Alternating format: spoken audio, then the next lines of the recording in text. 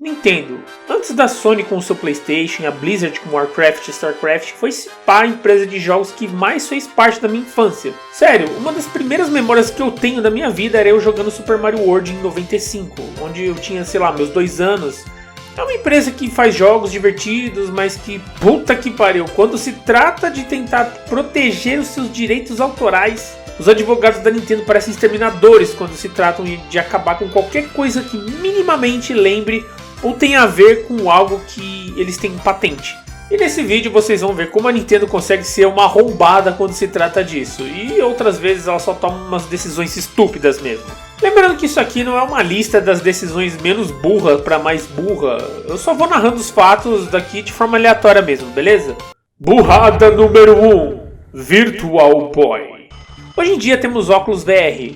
Tudo bem que ainda não é uma tecnologia que seja acessível para boa parte da população mundial, por ser bem caro, e até temos algumas tentativas de óculos VR barato, tipo aquele VR Box, que na verdade é só uma carcaça de um óculos VR, onde você coloca no seu celular ali encaixado. Mas em 1995 a Nintendo lança o seu Virtual Boy, que bem é esse trambolho vermelho que vocês estão vendo aí. Parece a dona. E meu Deus, que marketing mentiroso da porra!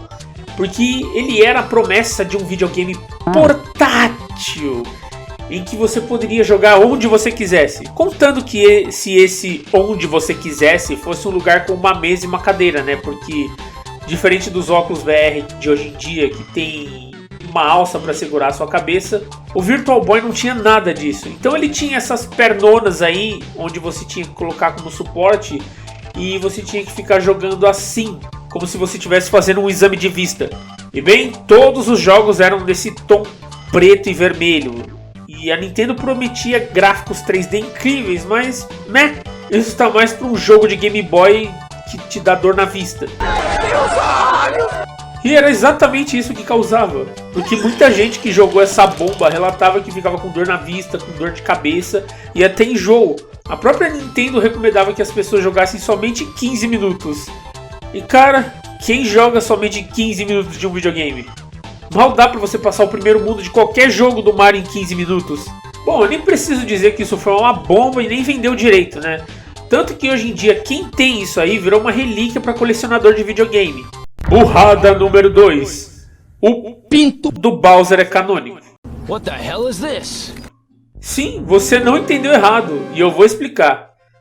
Em 2021, Aqua Arcade, um artista NSFW, que seria Not Safe for Work, ou não seguro para o trabalho, resumidamente é um artista 3D que cria modelos para animações mais 18, e é por isso que eu não posso mostrar os seus trabalhos aqui por motivos óbvios.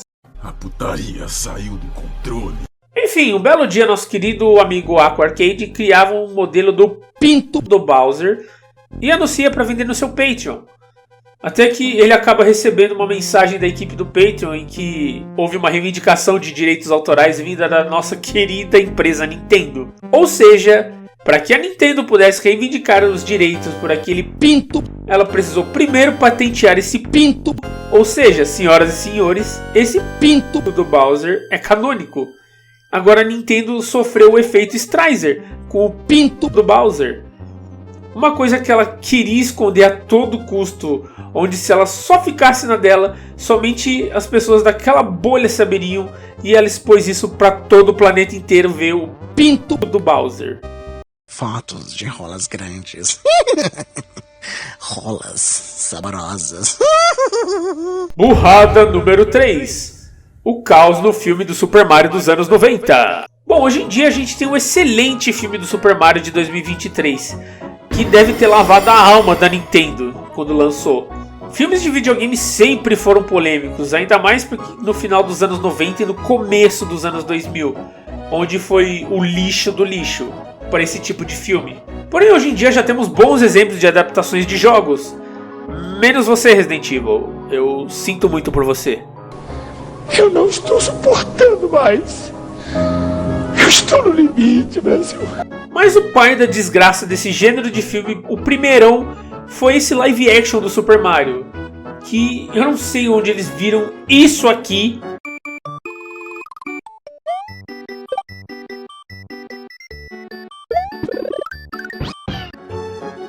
e acharam que seria de bom tom fazer isso aqui.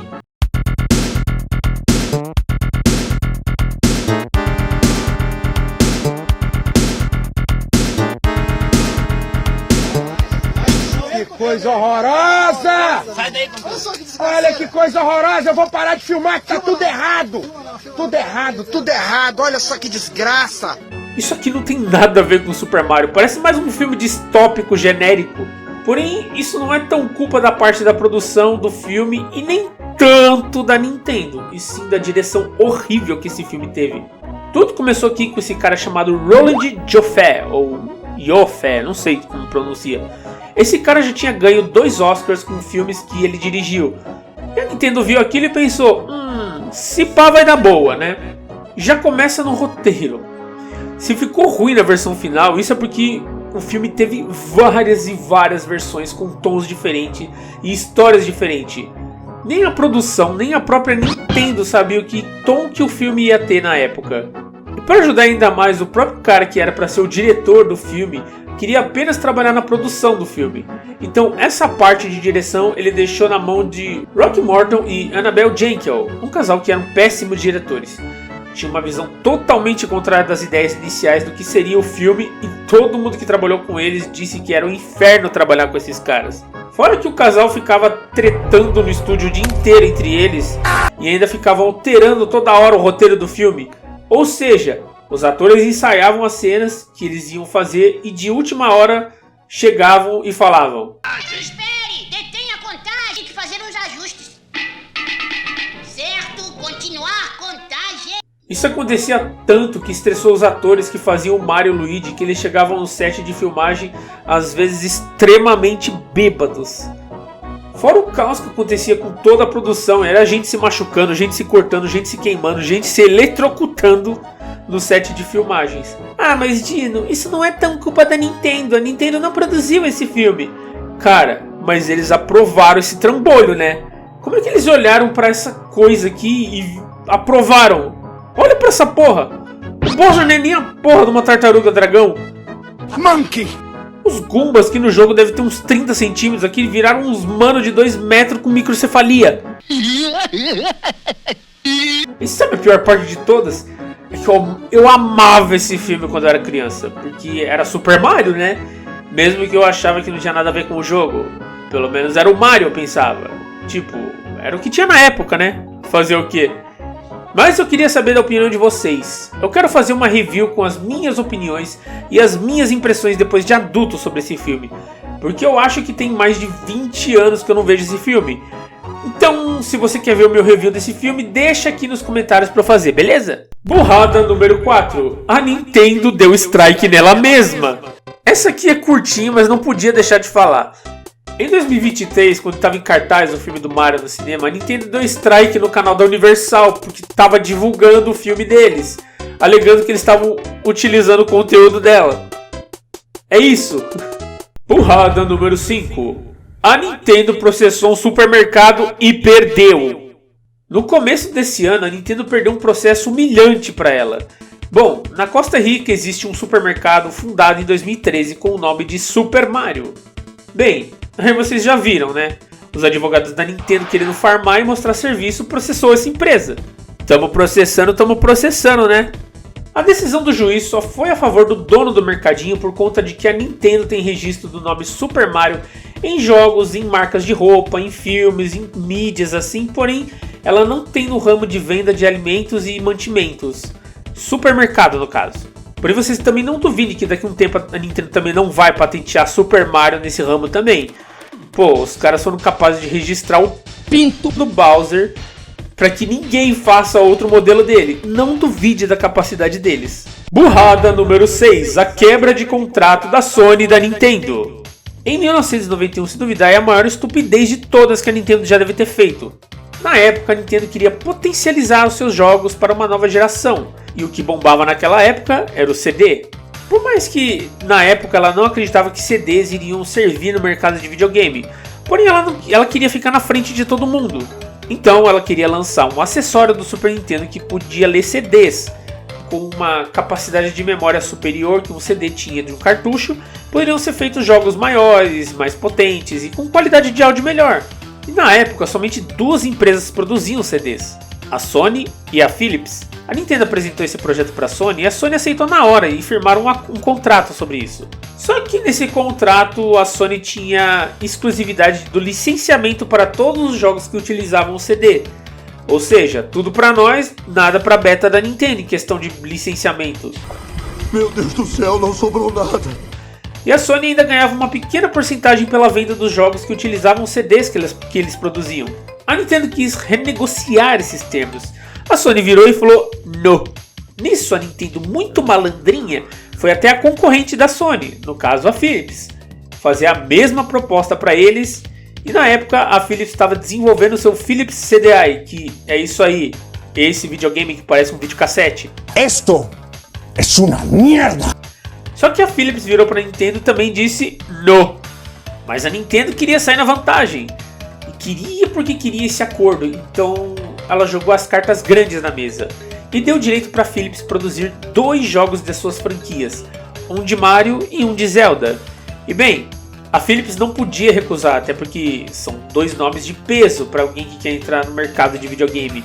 E ter esses 2 jogos dessas franquias era um bom negócio, né? Bom, o resultado é isso aí. Xiii, ficou tão chato por aqui. Meu menino, esta paz é tudo que verdadeiros guerreiros lutam para ter. Sua Majestade, Ganon e seus comparsas invadiram a ilha de Korodai.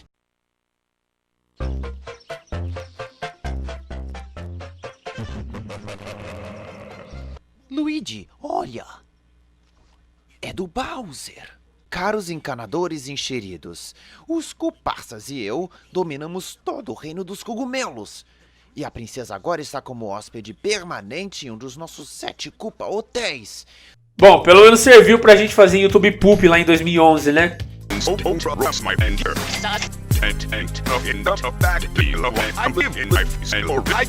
What can I say? There dies landing and the more shoots pair of dice.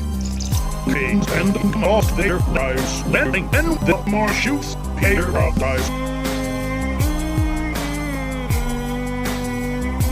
Mas como acabou tudo isso, você me pergunta? Como a Sony descobriu isso depois? Bom, ela descobriu igual o marido corno. Por último, nos Estados Unidos todo ano acontece uma feira chamada CES, Consumer Electronic Show, em Las Vegas, onde as empresas apresentam para o público novidades da área da tecnologia. E na CES de 91 a Sony foi apresentar o seu PlayStation, separado assim mesmo, né? Um acessório que serviria para encaixar no Super Nintendo para que pudesse rodar jogos de CD. Porém, no dia seguinte, no maior climão de novela mexicano, a Nintendo sobe no palco e anuncia que estava dormindo com a Philips, e anuncia o seu Super Disc, um acessório que você encaixava no Super Nintendo para, adivinha só, rodar jogos de CD no Super Nintendo. A Sony, depois de descobrir a traição, foi lá e rompeu o contrato com a Nintendo na hora. E a Nintendo teve que pagar a multa pela quebra de contrato. O Super Disc flopou bonito e alguns anos depois a Sony surge com o seu PlayStation, agora tudo junto, e a Nintendo com o seu Nintendo 64 com metade da capacidade que o PlayStation tinha. Burrada número 7, a network da Nintendo. Não oficialmente a Nintendo teve uma espécie de network aqui no YouTube. Era o Nintendo Creators Program, onde você se inscrevia para esse programa de parcerias da Nintendo e você podia fazer vídeos falando dos jogos deles, sem você tomar strike por conta disso. Só que o ruim é que muita gente reclamava disso, porque a Nintendo queria que seus parceiros fizessem somente conteúdos sobre a própria Nintendo. Ou seja, se você quisesse falar do seu Xbox ou do PlayStation no seu canal, não podia. Era literalmente o slogan dela dos anos 90. Muita gente não aderiu a isso porque era bem confuso algumas regras dela e monetização também. Sem contar que a Nintendo ficava constantemente vigiando o canal dos parceiros dela para ver se não estavam fazendo nada minimamente fora da linha das regrinhas deles. Bom, o programa foi encerrado em 2017, alegando que isso era um custo para a empresa, mas a gente sabe que é porque quase ninguém ia se meter numa furada dessas, né? Burrada número 8. Mario e Peach não são um casal. Bom, eu falei disso em alguns vídeos anteriores aqui do canal, mas eu só quero complementar com o que alguns de vocês me disseram, principalmente a Princesa Yasmin Star 19, que a Nintendo of America e o Doug Bowser que espalharam isso. E o Guilherme Lopes 8798, que foi direto na fonte de notícias da Nintendo e diz ele que não tem nada sobre esse assunto lá. O pior é que eu não consegui encontrar nada, porque toda vez que eu jogo sobre esse assunto é os mesmos sites de notícia falando da mesma coisa. Mas eu realmente quero acreditar em vocês, pessoal. Até porque quem espalhou essa porra foi o Doug Bowser. E pô, vocês confiam no vilão do Mario? Que é a princesa pra ele? Eu não. Então nesse canal eternamente apoiaremos Mario e Peach como um casal. Não importa o que a Nintendo diga. E bom, caso você não tenha visto o vídeo, vai estar aqui no final ou no card ali em cima, beleza? E bom pessoal, a Nintendo é uma empresa bem rédea curta quando se trata dela processar qualquer um que ameace minimamente seus direitos autorais. É só você ver como ela derruba site de room de jogos dela ou derruba projetos de fãs independente de ter fins lucrativos ou não. Bom, e se você chegou até aqui, comenta pra mim. Mama Luigi! Pra eu saber que você veio até aqui. E bem, espero que vocês tenham gostado do vídeo. Se torne membro aqui pra ajudar o canal. E acompanhe as nossas lives quase todos os dias, sempre às 7 da noite, beleza? A gente se fala no próximo vídeo. Valeu e falou!